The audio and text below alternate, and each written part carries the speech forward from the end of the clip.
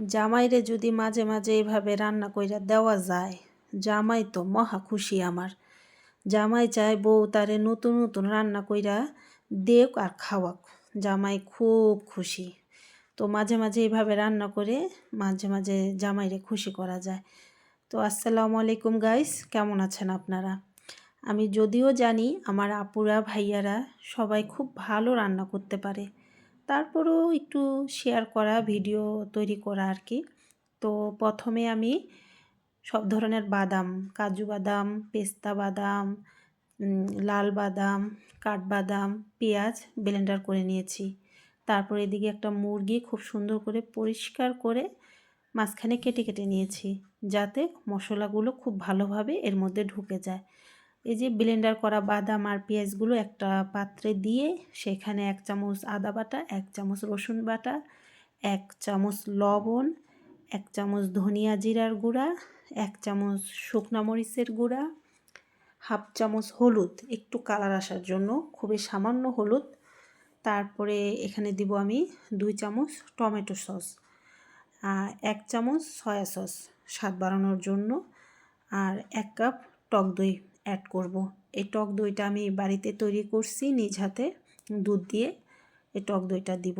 দিয়ে সবগুলো মশলা খুব ভালোভাবে একসাথে মিশিয়ে নিব। খুব ভালোভাবে মিশাবো যাতে সবগুলো উপকরণ খুব সুন্দরভাবে মিশে যায়। তারপরে আমি এখানে অ্যাড করব রাঁধুনির রোস্টের মশলা। এই মশলাটা 2 চামচের মতো দিব। এই মশলাটা দিলে ফ্লেভারটা অন্যরকম হয়, অনেক স্বাদ হয়। আমার খুব ভালো লাগে, খুব পছন্দ। মশলাটা দিয়েও মশলাটা আবার ভালো মতন কষায় নেব। কষায় নিয়ে এখানে মুরগিটা দিয়ে দিব। মুরগিটা দিয়ে মশলাগুলো দিয়ে সমস্ত মুরগিটা খুব ভালো করে মাখবো, যাতে সব জায়গায় খুব ভালোভাবে মশলাগুলো ঢুকে যায়। মাখাই নিয়ে আমি এই মুরগিটাকে ঢেকে রেখে দেবো 1 ঘন্টার জন্য। 1 ঘন্টার জন্য রেখে দেবো। 1 ঘন্টা পর আমি একটা ফ্রাই প্যান চুলায় দিয়ে তেলগুলো গরম করে গরম মশলাগুলো এখানে দিয়ে দিব। গরম মশলা দেওয়ার পর আমি ওই যে মশলাটা আমি তৈরি করছিলাম, সেই মশলাটা আমি এখানে দিয়ে কষাবো, আর মুরগিটা একটু অন্য একটা প্লেটে উঠায় রাখবো। তারপরে মশলাটা কিছুক্ষণ কষাবো। মশলাটা কিছুক্ষণ কষানোর পর মুরগিটা এখানে দিয়ে দিব।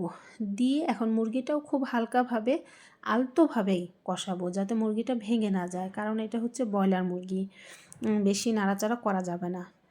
তো আস্তে আস্তে করে আমি এটা কষাবো, খুব খুব ধীরে ধীরে কষাবো। কষানোর পর আমি এটা ঢেকে দিব। হাফ কাপের মতন পানি দিব, যাতে মুরগিটা সিদ্ধ হয়।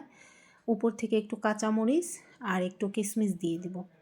একটু কাঁচামরিচ, একটু কিশমিশ দিয়ে আমি এটা এখন ঢেকে দিব।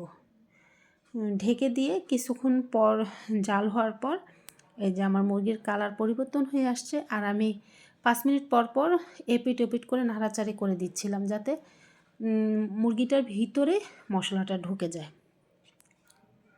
এই তো আমার মুরগির মাংস রেডি হয়ে গেছে, আলহামদুলিল্লাহ। দেখতে অনেক সুন্দর হয়েছে, খেতেও অনেক মজাদার হয়েছে।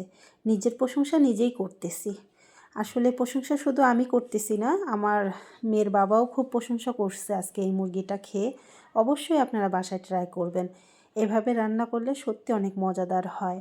আমার মেয়ের বাবা তো বলতেছে তুমি রান্নাটা আবার করবা। আমার খুব ভালো লেগেছে। আল্লাহ হাফেজ।